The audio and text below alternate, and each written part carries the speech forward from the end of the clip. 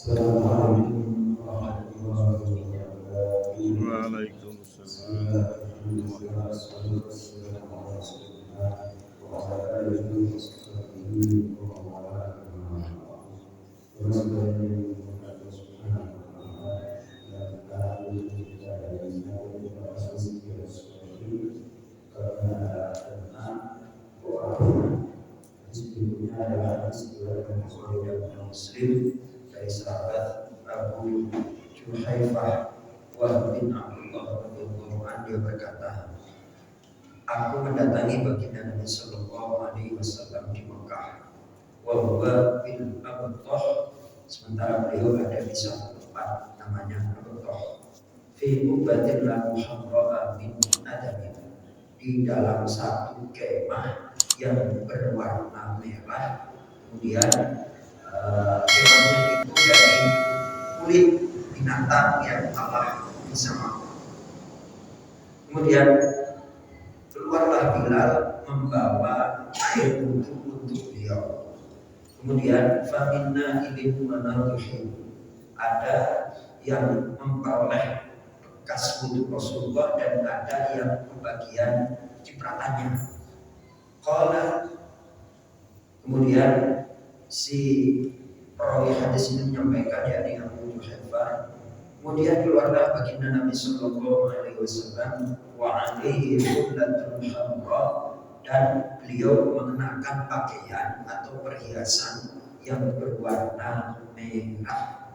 Rasulullah itu pernah menggunakan pakaian yang berwarna merah.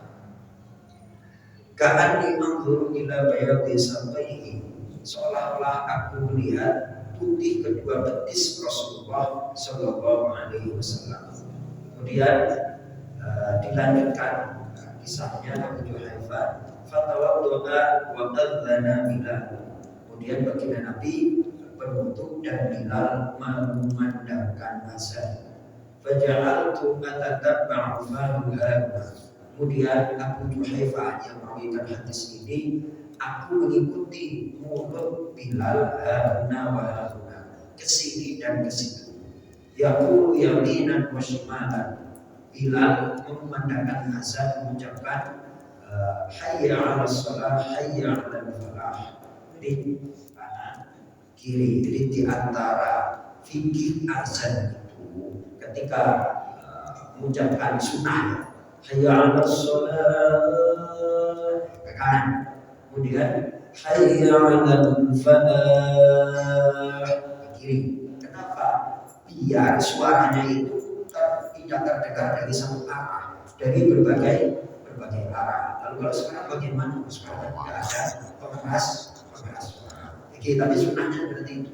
Jadi Sayyidina Bilal radhiyallahu anhu ketika azan itu yaminan wa shimalan, ke kanan dan ke kiri, ketika mengundangkan kalimat hayya 'alas shalah hayya 'alal falah. Jadi ya, begini sudah mulai azan diperhatikan. Kemudian tsumma ukizat lahu 'anazatun, ditancapkan tongkatnya Rasulullah.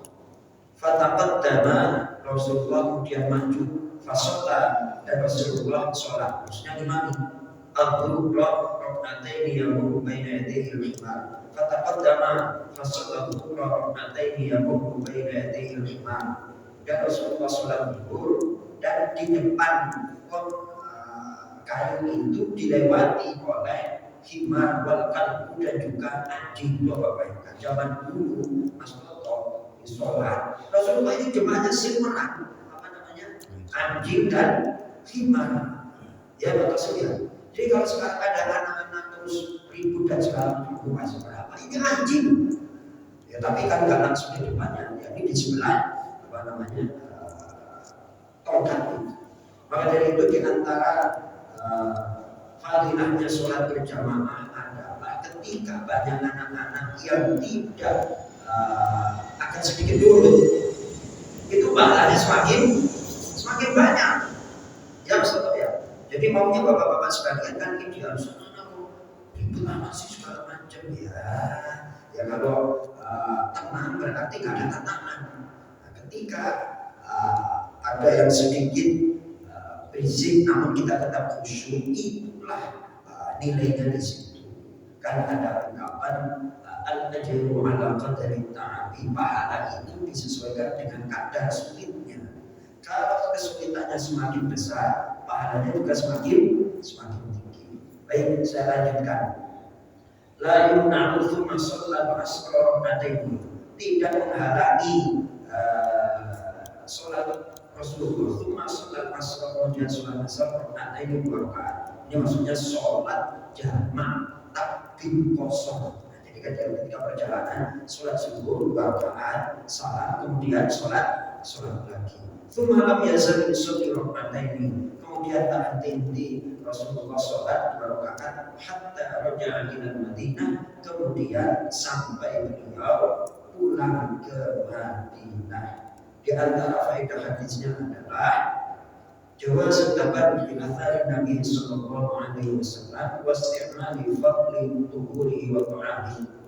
Bolehnya bertabaruk dengan bekas wudu baginda Nabi sallallahu alaihi wasallam, wa libasihi, dan pakaian Rasulullah. Dan dalam hadis ini bolehnya menggunakan baju berwarna merah, itu sudah dijelaskan pada bab yang kemarin. Kemudian wa fihi an as-saqa laysa bi'awratin, kan ketika Rasulullah keluar terlihat betisnya. Jadi betis itu bukan aurat. Yang namanya betis itu kan dari lutut ke atas, itu namanya betis. Kemudian di sini dijelaskan wa fi'il adzan fi safar. Jadi kalau bapak-bapak berangkat ke Bandung atau kemanapun, kalau sholat berjamaah untuk sholat jamak takdim maupun jamak takhir, hendaknya tetap diazani. Diazani tetap azan, diazani itu fikihnya demikian.